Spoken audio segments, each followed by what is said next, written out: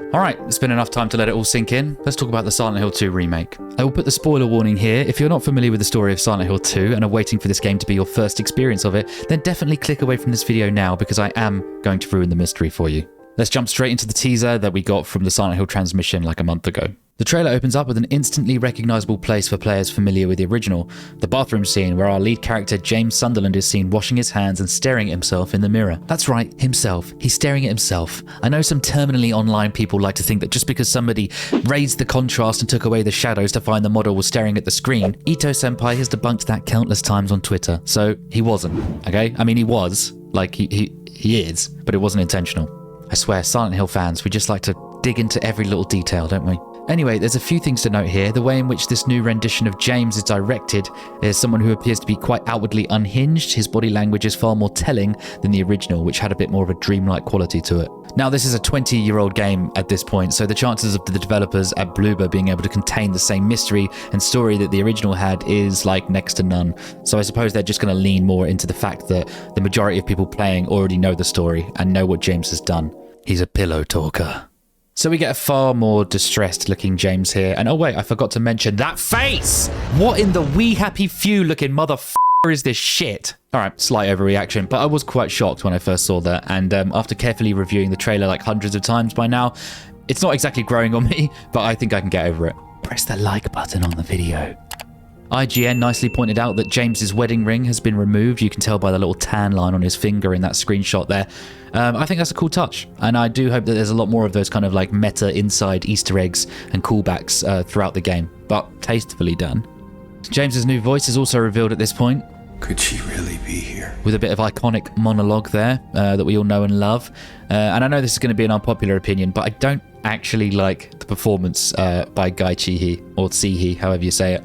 I find some of it okay, but like quite often, too often to me at least, it's kind of cringeworthy. Now I know I'm probably going to get attacked by the diehards here, but look, I'm literally wearing my favorite game on my tits right now. So I just don't like it. I know the whole story behind him being chosen and why it's supposed to sound a particular way, but there are multiple times throughout the original game where James's voice just kind of spoils the tension for me a little bit, and yeah, that's just my personal take on that. Monica Taylor-Horgan as Maria or Mary, on the other hand, is an absolutely phenomenal masterclass in voice acting, in my opinion. It's just so nuanced, and the flick between the two voices in that jail cell scene, you know, the one I'm talking about, is some of the most chilling dialogue I've seen or, well, heard in a horror game ever. Still today. An honourable mention as well was Donna Burke as Angela. That was also a standout performance in my opinion for voice acting. My point is, I don't really hold the voice of James so close to my heart, as I always thought it could have been better. That being said, I don't really like the sound of this new James either. It sounds too, like, I don't know, dramatic. Maybe I'm being too hard on it. But it's something that I hope I learn to love, or at least tolerate, for this new take on the game. Another thing to note here is also this is our first taste of Yamaoka-san's revised OST for this remake. It sounds wonderful, in my opinion, haunting as we'd expect. This particular track wasn't featured until like way later on in the game in the original, so either they're using it just for the sake of this trailer, or they're reworking which tracks play where, which kind of makes me a little bit nervous because in my opinion, the Silent Hill 2 soundtrack was as close to perfection as a mere mortal can get.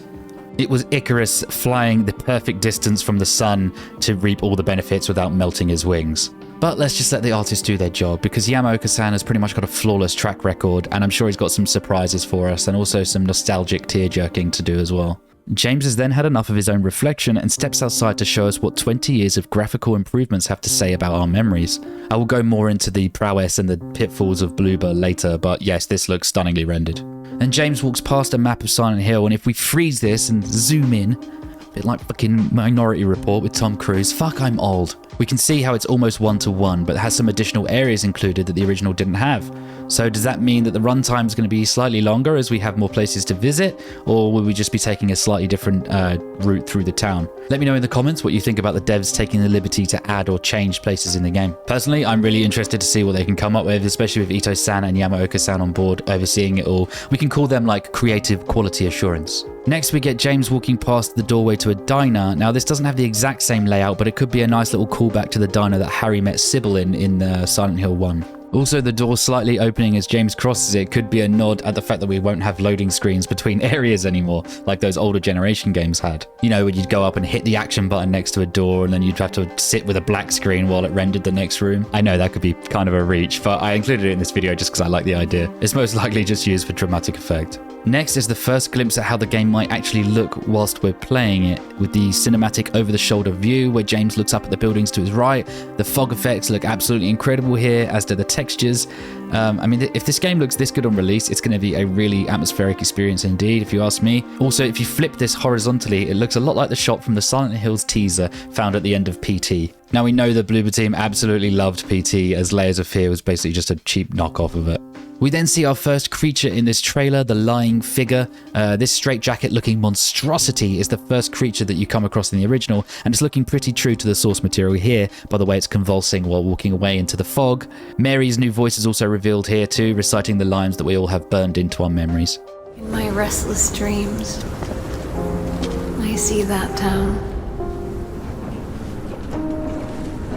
Silent Hill. Unfortunately for me though, the new voice just doesn't really even nearly do justice to the original. I'll play the original here now as well for comparison. In my restless dreams, I see that town. Silent Hill. See, you hear those raising inflections are completely lost with this more monotonal take on it all. She sounds a bit more sick in this one than the original, which I guess she would have done in this make-believe letter that James is reading to himself in her voice. God damn, he has issues. But I hope that Maria is a nice contrast so that it all makes sense when we play the full game. But so far, I am a little bit disappointed with the voices that we've heard. You're welcome to disagree, by the way. It's my opinion. Opinion! I know we've struggled with opinions on this channel for the last video. James is then seen with a nice zoomed out shot of him stepping into the fog. It looks gorgeous. And then there's an ominous reverbed piano note that plays as we see the name dropping of our homeboys Masahiro Ito and Akira Yamaoka, which marks the tonal change for this trailer also. If you're enjoying this little breakdown so far, hit the subscribe button for me, would be much appreciated. Thank you. Okay, let's continue.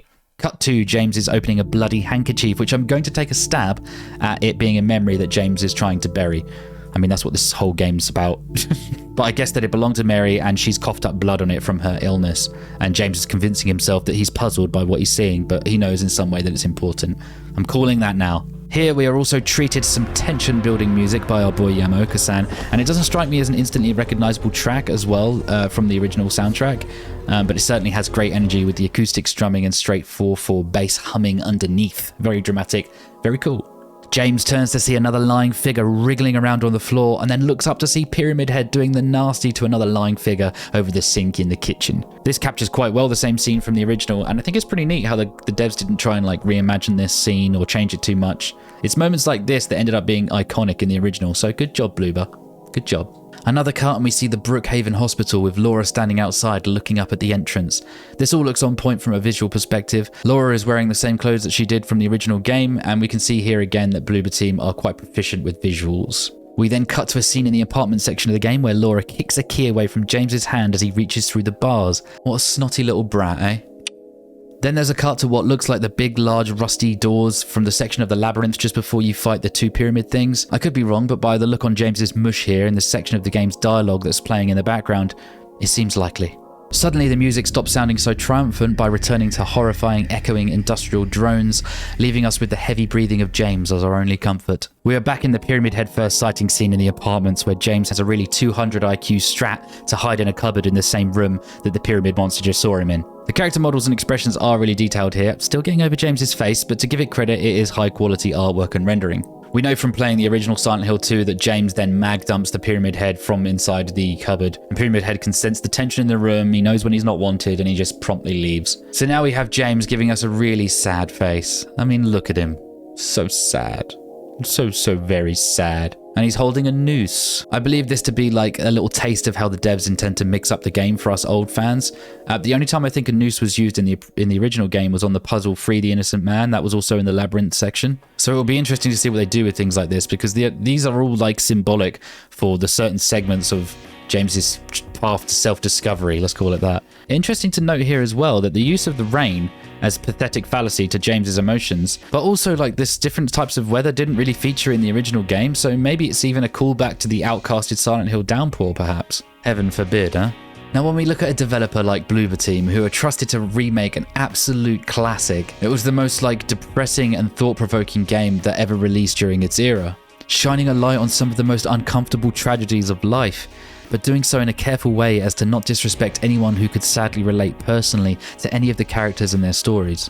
But sadly, the Polish developers at Bloober Team haven't had the best track record when dealing with topics of mental illness or the R word.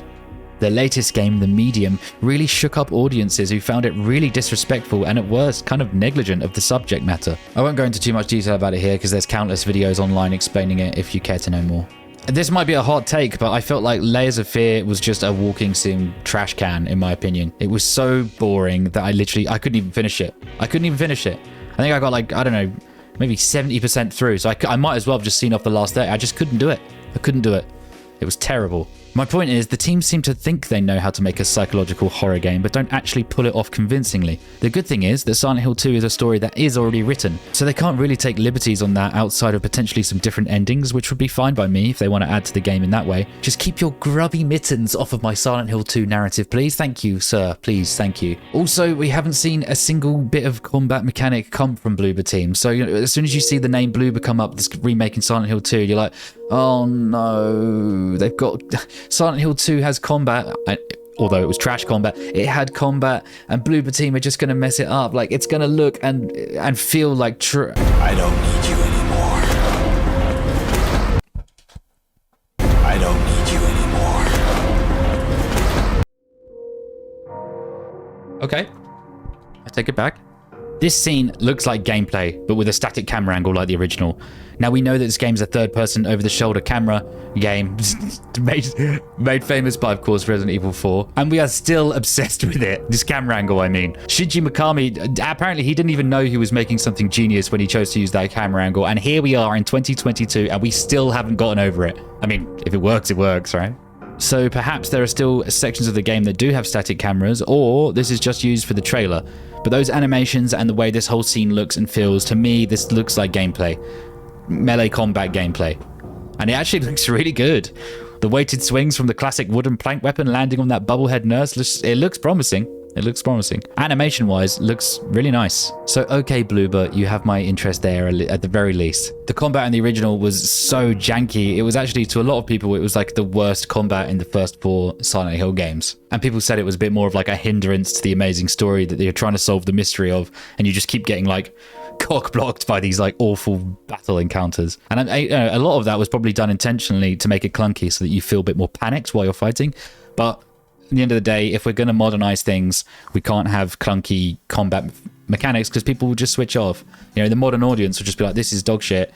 I'm going to go and play, I don't know, Resident Evil. Point is, it could have been improved, and it looks like Bloober Team know this and are going into this to try and make it a bit more mechanically pleasing. Next scene is clearly the one where James and Maria are running away from Pyramid Head, and James doesn't really believe in ladies first. He just jumps in the elevator before her, which leads to Maria taking the great knife straight to the spine, and this counts one of the times that James has to witness Maria die in front of him. The expressions he's pulling here, again, very, very detailed, but oh my god, I'm struggling to get over the face. The face, man. We cut back to the labyrinth section where James screams and falls onto the floor. This is definitely another scene where James sees Maria get brutally shanked by Pyramid Head. Is it Pyramid Head or Pyramid Thing? I mean, Pyramid Thing, right? This rendition has a lot more emotion on James's face than the original. He looks like he's having a breakdown here, but in the OG version, James just looks completely defeated. Which, to be fair, in my opinion, was like the state he needed to be in to stop putting up those walls between himself, his guilt, and who Maria actually is. But we shall see how they handle this in the full release. Right now, I'm dubious. The music slows right down now with some beautifully sad piano to see us off for this trailer as James is approaching who he thinks is Mary. Mary? This, I'd imagine, is the new location that James first finds Maria and confuses her for Mary, a much more scantily clad and sexy Mary. Then we get a little horror stinger as the title screen shows us this is in fact Silent Hill 2. It doesn't say remake there, it looks like it's just saying, for all intents and purposes, this is Silent Hill 2. From now on, before we get another look at our boy Pyramid Head, Pyramid Thing, as he steps towards us in the pouring rain, looking absolutely roided out of his mind. I definitely wouldn't call him a twat for fear of death, but this looks like the rooftop scene in the hospital section of the game where James gets knocked through that barrier and then falls back into the hospital, which is another time that Pyramid Head actually aids your progress in the game, guiding you to the truth. So there we have it. There's the trailer, and that's everything I could think of while reviewing it. Is it good? I would say overall, yes, it's pretty good. Am I a little bit reserved and worried? Yes. Can Bloober pull this off? Maybe. Maybe. But of course, I would have, if I had it my way in a perfect world, this would be a Japanese developed game. But this is the version we're getting, so let's just hope they don't screw it up and ruin and break all of our hearts. How about that? This is by far Bloober Team's biggest project and most important project to date, so let's just wait and see. And thank you for watching, guys. Don't forget to subscribe and like the video, and yeah, I'll see you when I'm looking at you. Thanks, guys.